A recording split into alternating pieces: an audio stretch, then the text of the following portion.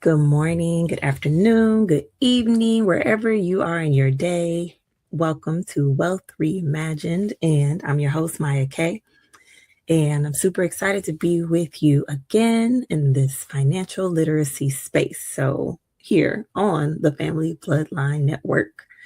Welcome back. Hope you all have had a good week. I have had quite a week.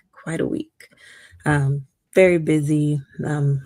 Lots of unexpected things have happened.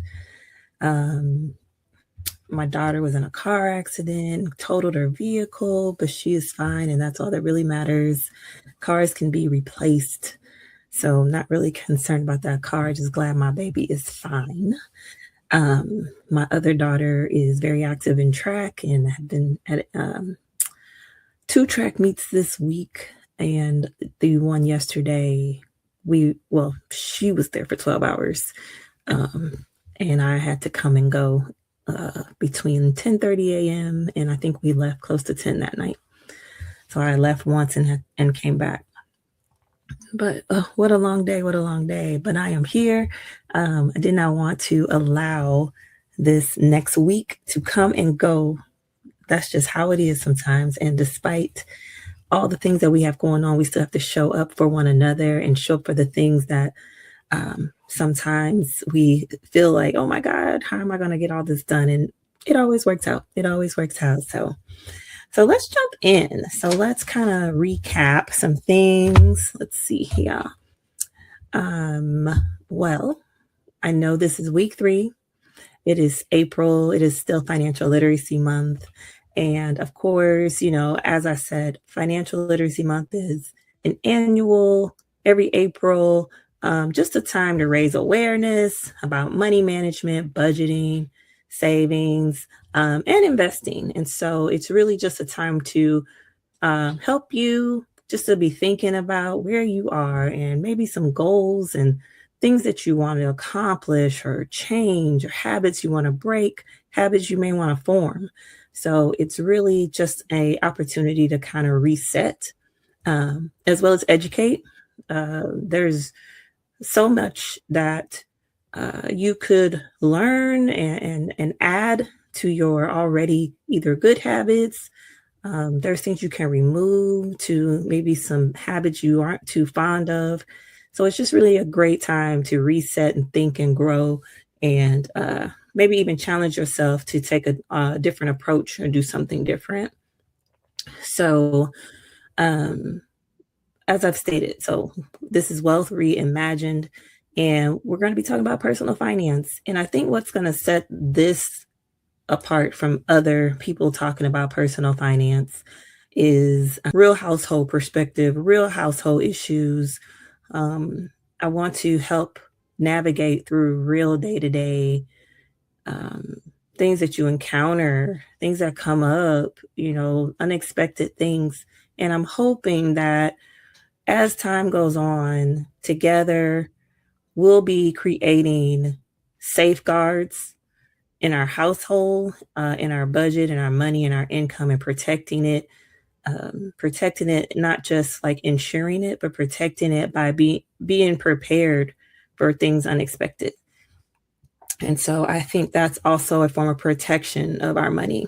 Also, part of protecting your money is just being prepared, already having an emergency fund. Not and there's like a starter emergency fund, and then there's also, like your 3 to 6 months expenses emergency fund. But we'll talk about all that later. Because as I already alluded to last week, we're going to be talking about budgeting today. That dirty word, budgeting. So just to recap, week 1, we got into getting organized. And I hope by now, most of you have already taken that step and gotten organized and located all of your documents. And if you haven't, we agreed. I don't know if we really agreed, but I'm going to say we agreed that you have until the 30th to get organized. Okay. Because even if you aren't able to do these steps within a week, it's very important that you set yourself a deadline. If you are just like, "Oh, I'll get to it," will you?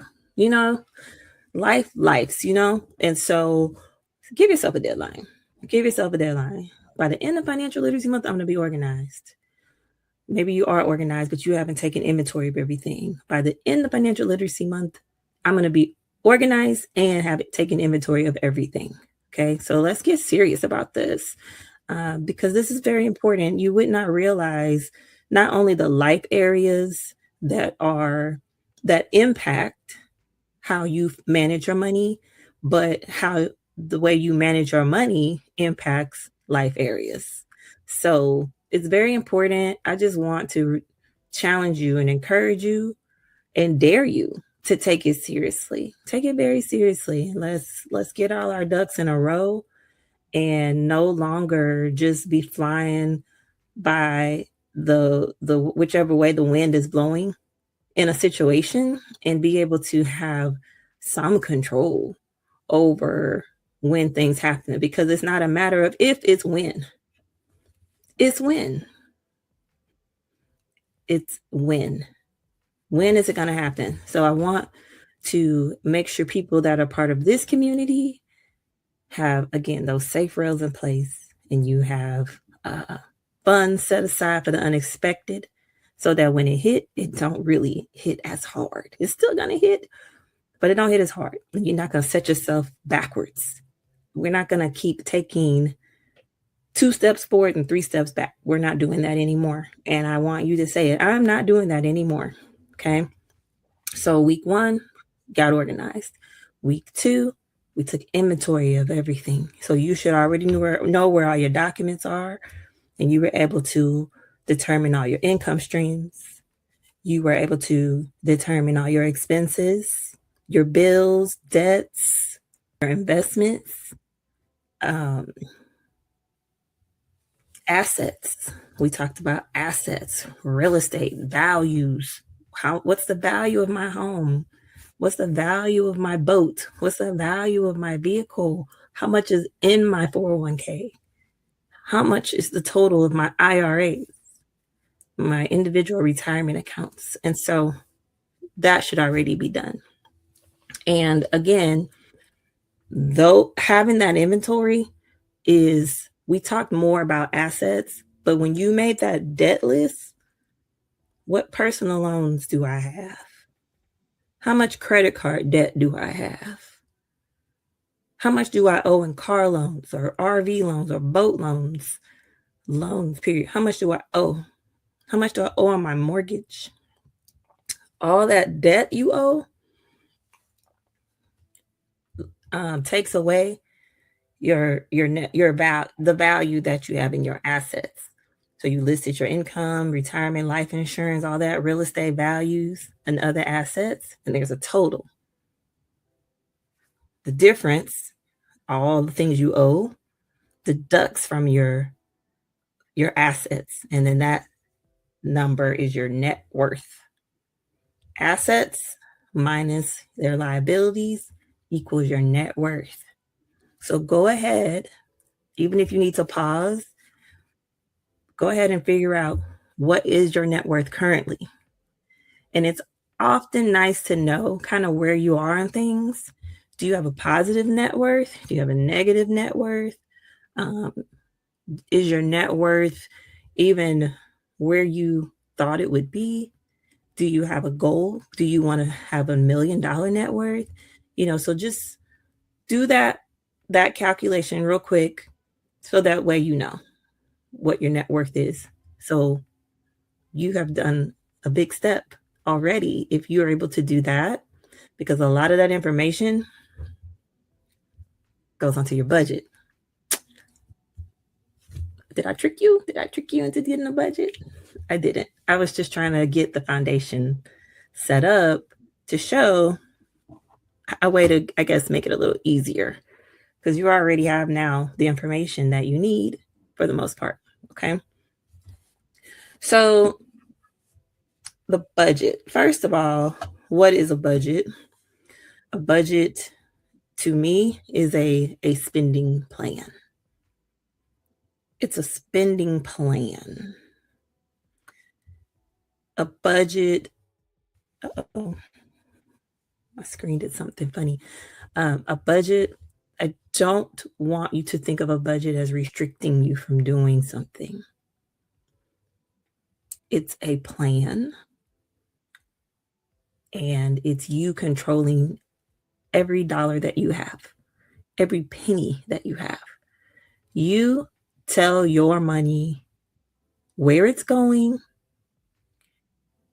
You show what you're going to do with it every time you get it, instead of you just like, man, that money gone as soon as I get paid. While there might be some truth to that, depending on how much you have going out, all a budget is a spending plan.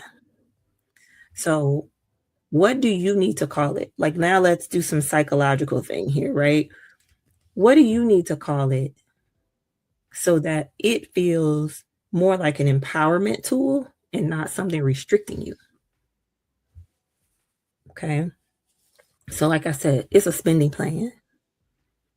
You could call it your wealth plan. You could call it your get out of debt plan. You could call it your control, your money control.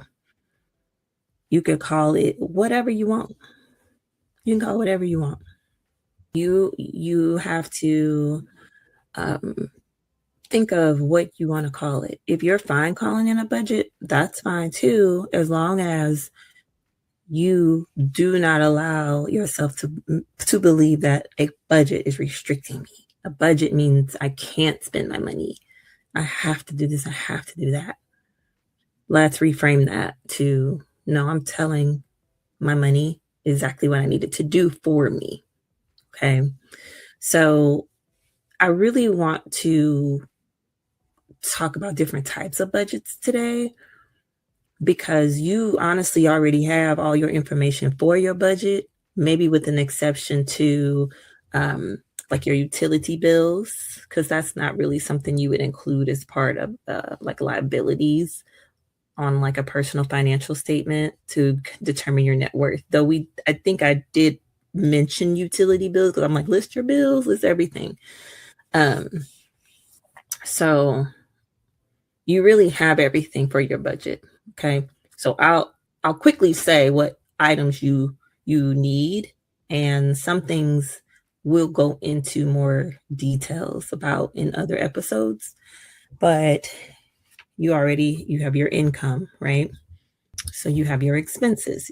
You may have fixed expenses every month. You may have variable expenses every month. I think it's important to separate those because your fixed expenses are easy, right? You know how much your mortgage and your rent's going to be.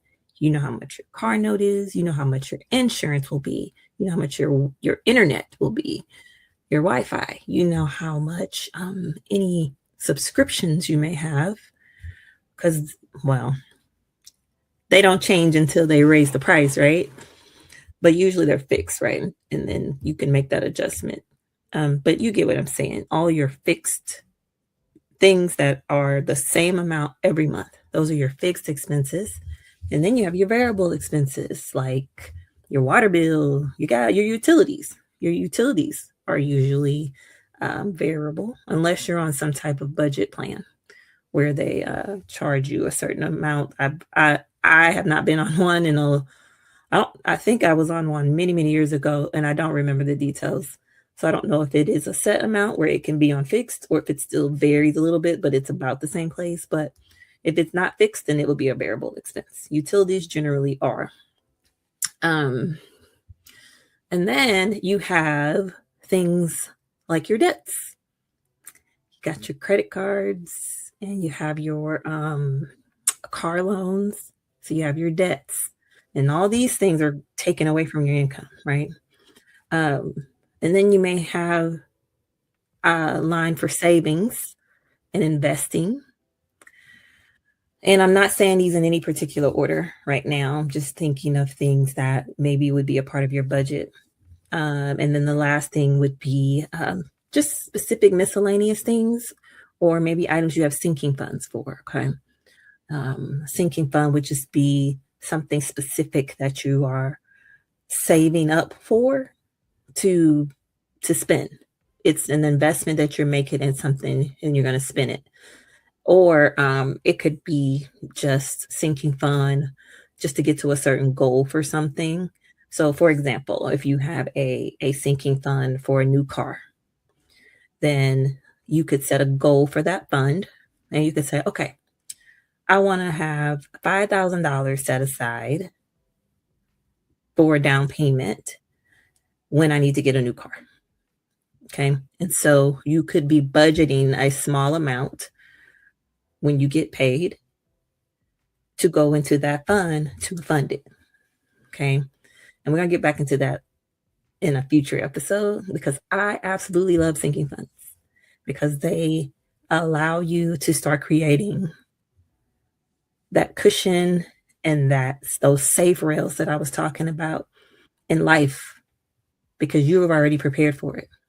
I'll give you a really, probably an example you wouldn't even think of, but this is something I personally do.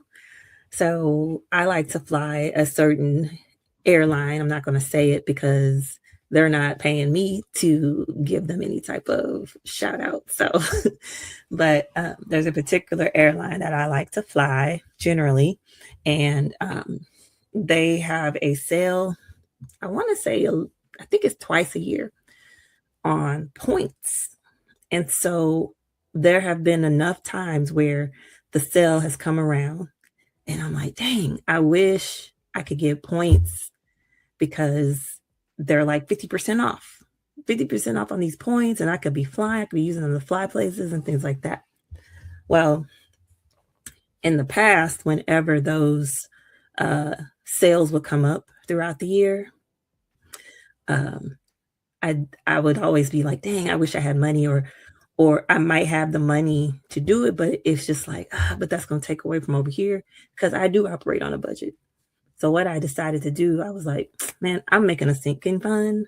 So the next time they send that email about these points being 50% off, I'm going to have some money to buy some points, right?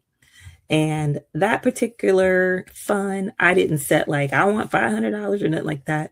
I just put some money in there, right? And then that way it was allocated and waiting for that sale so I could go ahead and buy points. And most recently, when that happened, I was so excited because I'm like, yes, look at me. I got this money set aside, a couple $100. Cool. Let me go ahead and get these points and I could fly, right? But anyway, that's an example of a sinking fund. Or like I said, with the car, where you maybe have a specific goal and you want to have a down payment. A sinking fund could even be like a down payment on a house. But the reason it's called a sinking fund is because the idea is that it's going to get used. So the fund will sink. It'll sink. It's a sinking fund because it's going to get used. It's not the same as like a savings, an emergency fund. It's the idea of it is so it's that it's used, but you've prepared yourself. So that's what a sinking fund is, in case you don't know. So that would be another area of your budget, right? So again, the hope is that you have enough income to take care of all of your expenses. If you do, that's awesome. If you have something left over after all your expenses, that's even better, right? Now, if you're a person that is negative in the red, you don't have enough income to cover your expenses, that's something we're going to address because that is probably causing you a lot of stress, a lot of worry, a lot of anxiety, and that's something we want to get you out of. We want to get you out of that trap, and we will talk about ways to either lower expenses in the future or increase your income. Okay. In some situations, we might need to stop the bleeding or whatever is happening, why you're in that situation. But do not feel judged. Do not feel ashamed. Just know that financial literacy, personal finance. It's learned, and you are here. You are here, and you are here to learn. You're not expected to already know everything. I'm sure, self included, no one has done everything perfectly and everything the right way. Some people had to learn the hard way. I'm one of those people. There are lessons I had to learn the hard way. There are things that I've done that I'm just like, oh my God, I cannot believe I did that. I didn't know that was going to happen. I'll give you an example of that I did. Um, I had this great idea to pay a large amount down on like my student loan debt. I have student loans. And I'm like, you know what? I'm going to send this money to knock down this balance a little bit. And so I sent it. Balance did not move at all. Money gone because it all went to interest. So it was a very hard lesson. And I walked away from it now understanding the importance of asking questions and just being sure I understand things before I do them, because I could have done something different with that money. I could have done something different, but I didn't reach out and ask the questions and, know and understand that how that large payment was going to be applied. So lesson learned the hard way. But that would be an example, right? So don't feel judged. Don't feel like, man, I I should know this. I should have already known this. It's cool. You don't know what you don't know. And when you know better, you do better. So, but yes, so that's your primary things that you need for your budget. So, again, if you need to pause the video and see kind of where you are with this rough calc of things. You should already total what your expenses are when you did your inventory, total what your income is when you did your inventory, because this is just like a budget uh, preliminary, right? Then when we get into budgeting for real, you'll get into more of your actual numbers. So kind of total income, total your expenses, total your bills, total your debts, as far as credit cards and loans, car loans, things like that. And then if you have a certain amount that you put in savings, that's awesome. First of all, let me say that you're saving. I love saving. And that comes out of your income, right? So see what that number is. If it's in the black, meaning you have enough money to cover all that, now you know. But if it's in the red, meaning you don't have enough money to cover all of that, now you know. Either way, you know. So I want to talk about types of budgets. I have my list here because I want to make sure I don't forget.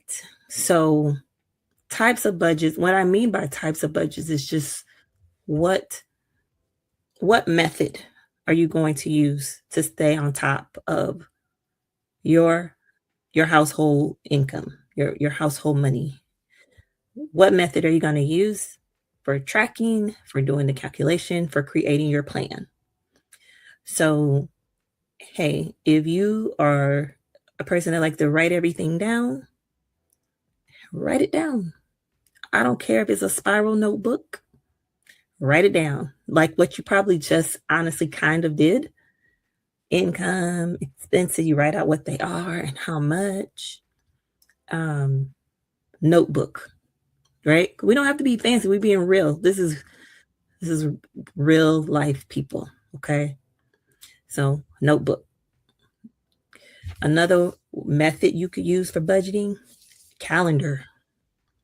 Calendar method. I used to use the calendar method for a long time. And I did the calendar method because I wanted to be sure I knew when bills were due. And so I would on a calendar, I would write the bill, let's say, okay, rent first of the month. and how much the rent was, because the rent's due the first of the month. Whatever the bill is, phone bill, and how much. Or I put the company name, um, whatever it is, a credit card, and how much. Um, but that way I could see exactly when it's due. Why that was important is because I could also see when I got paid and what I needed to pay with that paycheck. If you're paid monthly, you got to pay everything, right? Because then you're going to get another check next month. If you're paid semi-monthly, then you see I get paid here and I get paid here. I get paid on the 1st and I get paid on the 15th.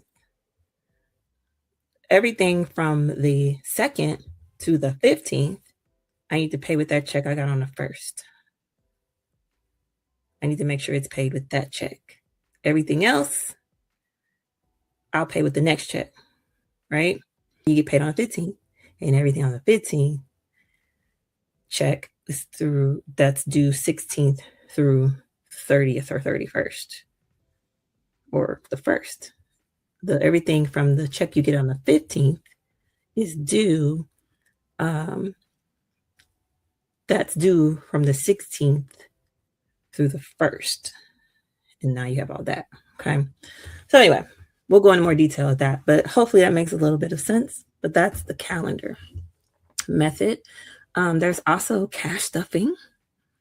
Now, if you are someone who I don't know if this is true, but I think a saver can do well with cash stuffing, probably easier than a spender. So I don't know if you're married or in a relationship, and usually they say opposites attract, and one person's a saver and one person's a spender, right? And so I think if you are a spender, cash stuffing might be challenging. But if you're a saver, I think cash stuffing can be very, very powerful because you like seeing the cash. You like, yeah, I got you. Look at all this money I got, right? You like being able to see it, right? So anyway, what cash stuffing is, it's when you have your budget, and sometimes it involves writing some things down so you'll know how much you need to put in an envelope. But it involves having an envelope designated for a specific category. And then you put them cash. You got to go to the bank to get cash, or you got to go to the ATM. If your ATM will allow you to get certain amounts or denominations, but it does involve going to the bank, withdrawing cash, and then stuffing your envelopes. So I'll back up. When I was saying that on the calendar method, let's say you were like, okay, on the 1st, my mortgage is $2,000. I'm going to pull out 1,000 and I'm going to pull out 1,000, right? And if you do that and you are cash stuffing or doing the envelope method, you put 1,000 in your mortgage envelope or your rent envelope. And then the next time you get paid, you put another 1,000 in there. And now you have your rent. Same with your car, same with grocery, whatever your categories are, you would be able to do that. Now, it doesn't mean you would cash stuff everything, but you might, if you're okay with going to the bank and making a deposit to handle something. It might be handy to cash stuff if you like to separate the cost of a bill and break it down by check. Let's say you're paid bi-weekly, and you want to break up an amount of a bill per check for that month. Might be 2 checks, sometimes it's 3. A couple times a year you'll get 3 checks if you're bi-weekly in 1 month. So that's cash stuffing. And I've done it. I did it for everything at one point. I actually loved it. It actually really helped me take a hold on things for a while. I don't do it as much now, at least not for everything. Um, I do it now maybe more for a sinking fund purpose, but loved it. Highly recommend it. Looking forward to doing a complete episode on just that. So, so there's cash stuffing. There's also the 50/30/20 budget, which means 50% of your income, you're going to allocate it. It's going to be allocated for needs. Mm, I said that word needs. So we'll go into that too in the future. What is the difference between needs and wants? There are going to be those things that are just like, no, that is not a need, right? There will be some things like that, but there will be some other things that are a bit more subjective, you know? So, but we'll come back to that. So the 50/30/20.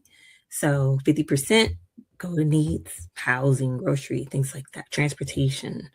Um, 30% are for wants, and then 20% is for savings or debt. So there's that's a popular, I guess, percentage based budgeting tool. Um, but there's the 50/30/20 budget. There's also the zero based budget, which just means that you are budgeting every single cent, every dollar that you get, and you send every dollar to some category. And when you get done, it's zero. It's zero at the bottom. So earlier when I was talking about you either being in the red or in the black. So if you're in the red, you're gonna be lower than zero, right? But if you're in the black, that means you have some money left over. You need to figure out what you're gonna do with it. You're gonna throw it in your savings. You're gonna throw it toward debt and get that debt paid off faster because your interest rate is outrageous. So that is what they mean by zero based budget. I have allocated every single dollar that I make to some category, and now I'm at zero. On your budget sheet, you're at zero. Okay. Um, there's a pay yourself first budget. I'm a fan of that one. And I think pay yourself first budgets are important when you are, let's assume you don't have an emergency fund right now. You don't even have a starter emergency fund. You don't even have $500 saved. Um, I think pay yourself budgets, there is a time, well, let me not say there is a time. There's a time to start them. You should always be paying yourself first, but there's a time to go ahead and start it. Like I said, if you don't even have $500 saved, we're going to set a goal where you have $500 in a savings that you can't touch unless it's an emergency. But really, that starter emergency fund should at minimum be between $1,000 and $1,500 at minimum. Okay. And so this is a time where discipline comes into play, and you might have to cut out some things to do that. But again, we'll go into more details another time. But pay yourself first. You work hard. You work so hard. You're exhausted. Be sure you are paying yourself first. I know you got bills. I get it. But you got to take care of you, and you have to build that. And while at first it can feel uncomfortable or a little stressful because it's tight, that rocky start will become less rocky because you are paying yourself first and you're starting to build a safety net. You're building safety rails. So it's so worth it. It's so worth it. But that would be another type of budget. is your pay yourself budget. And I think that's a good start. What type of budget, if you are already budgeting, do you use? What are you currently using? Tell me in the comments. I would love to know. Um, for me personally, I use a like a budget notebook. Mm, I'm sorry. Let me not forget there are also apps. There are also apps that you can use to do your budget. Um, I've not found one that I'm a fan of, but I haven't tried them all. So if you are using an app for your budget, tell me which one you are using in the comments. I would love to check it out. If there were a way, I maybe one day I will get to a point where I'll see if like my bank has a budgeting tool and let it do it for me. What is kind of cool to see on your mobile bank app, or if you log in, if your online banking has it, for it to categorize your spending to kind of so you can see like, oh man, I eat out. I spent $700 eating out. Like that's insane. Or, if that's what you did, I'm not judging. I'm just saying, for me, $700 would be a lot to pay to eat out in 1 month. So sometimes that's eye opening too, just to see your categories. So use these tools just to provide more information for you, help you identify habits, things of that nature. But I've gone over just a little bit. So that's my time. I want to try to keep these where maybe you can listen and tune in on your commute to work or your commute home from work, um, while you're getting ready in the morning. But I just want to be a part of your day every week and just sharing more tips and ideas and sharing stories and hoping that they can be inspiring. I hope that you're learning. Again, comment, ask questions. I'm looking forward to reading them always. But that is all I have for today. And so until next time, remember, organized, inventory, budget. And of the ideas that I gave, pick one that you want to try. And if you have one that's already working for you, keep doing it. We're just going to get it even better for you, and get savings and emergency funds in place and just stop the bleeding or whatever might be going on in your household financially. So till next time, thank you for tuning in to Wealth Reimagined. Again, I'm your host, Mya K, and I'm looking forward to